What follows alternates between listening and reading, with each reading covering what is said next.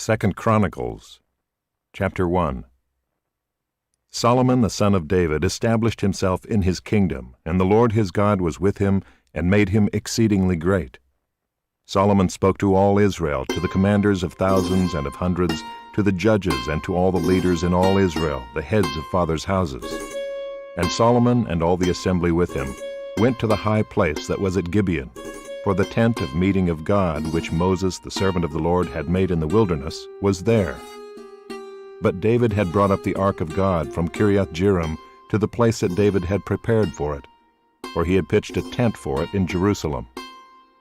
Moreover, the bronze altar that Bezalel the son of Uri, son of Hur, had made, was there before the tabernacle of the Lord, and Solomon and the assembly sought it out. And Solomon went up there to the bronze altar before the Lord, which was at the tent of meeting, and offered 1,000 burnt offerings on it. In that night God appeared to Solomon and said to him, "Ask what I shall give you." And Solomon said to God, "You have shown great and steadfast love to David my father, and have made me king in his place. O Lord God, let your word to David my father be now fulfilled, for you have made me king over a people as numerous as the dust of the earth.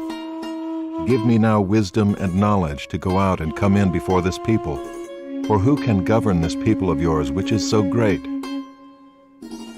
God answered Solomon, "Because this was in your heart, and you have not asked for possessions, wealth, honor, or the life of those who hate you, and have not even asked for long life, but have asked for wisdom and knowledge for yourself, that you may govern my people over whom I have made you king. Wisdom and knowledge are granted to you. I will also give you riches, possessions, and honor, such as none of the kings had who were before you, and none after you shall have the like." So Solomon came from the high place at Gibeon, from before the tent of meeting, to Jerusalem, and he reigned over Israel. Solomon gathered together chariots and horsemen. He had 1,400 chariots and 12,000 horsemen, whom he stationed in the chariot cities and with the king in Jerusalem. And the king made silver and gold as common in Jerusalem as stone, and he made cedar as plentiful as the sycamore of the Shephelah. And Solomon's import of horses was from Egypt and Cui, and the king's traders would buy them from Cui for a price. They imported a chariot from Egypt for 600 shekels of silver, and a horse for 150. Likewise through them these were exported to all the kings of the Hittites and the kings of Syria.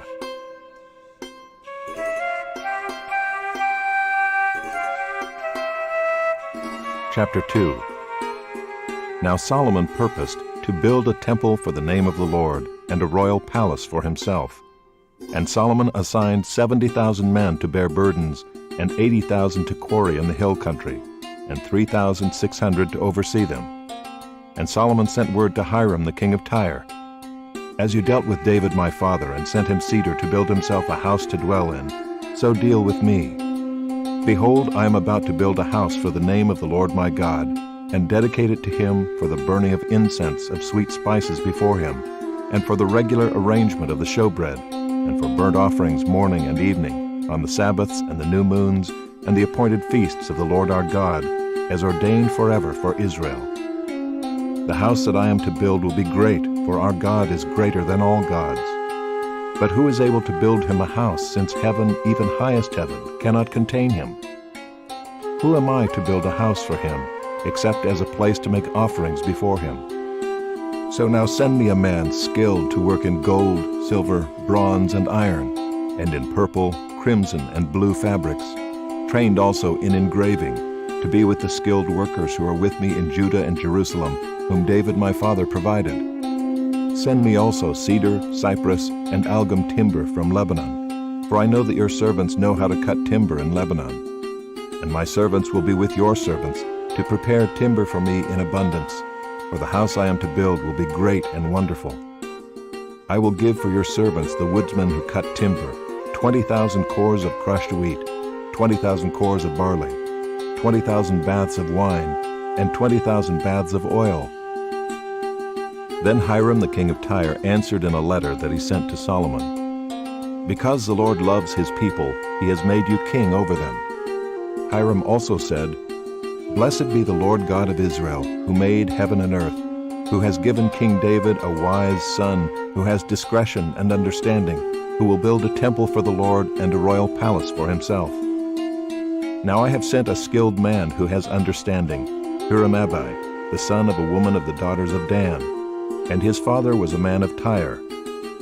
He is trained to work in gold, silver, bronze, iron, stone, and wood, and in purple, blue, and crimson fabrics and fine linen, and to do all sorts of engraving, and execute any design that may be assigned him, with your craftsmen, the craftsmen of my lord David your father.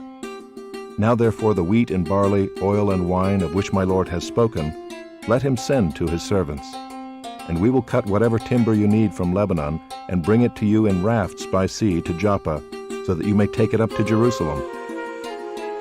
Then Solomon counted all the resident aliens who were in the land of Israel after the census of them that David his father had taken, and there were found 153,600. 70,000 of them he assigned to bear burdens, 80,000 to quarry in the hill country, and 3,600 as overseers to make the people work.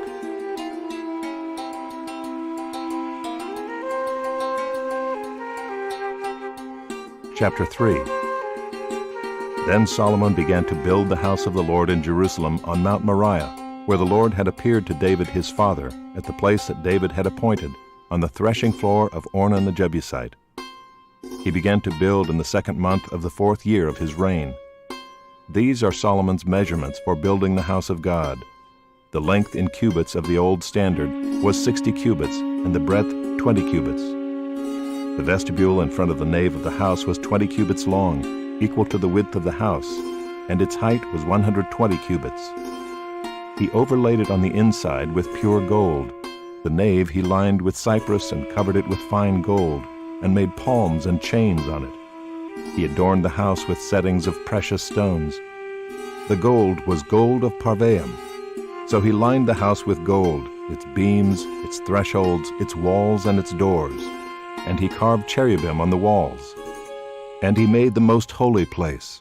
Its length, corresponding to the breadth of the house, was 20 cubits, and its breadth was 20 cubits. He overlaid it with 600 talents of fine gold.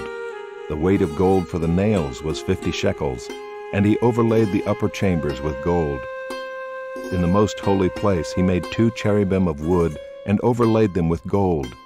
The wings of the cherubim together extended 20 cubits.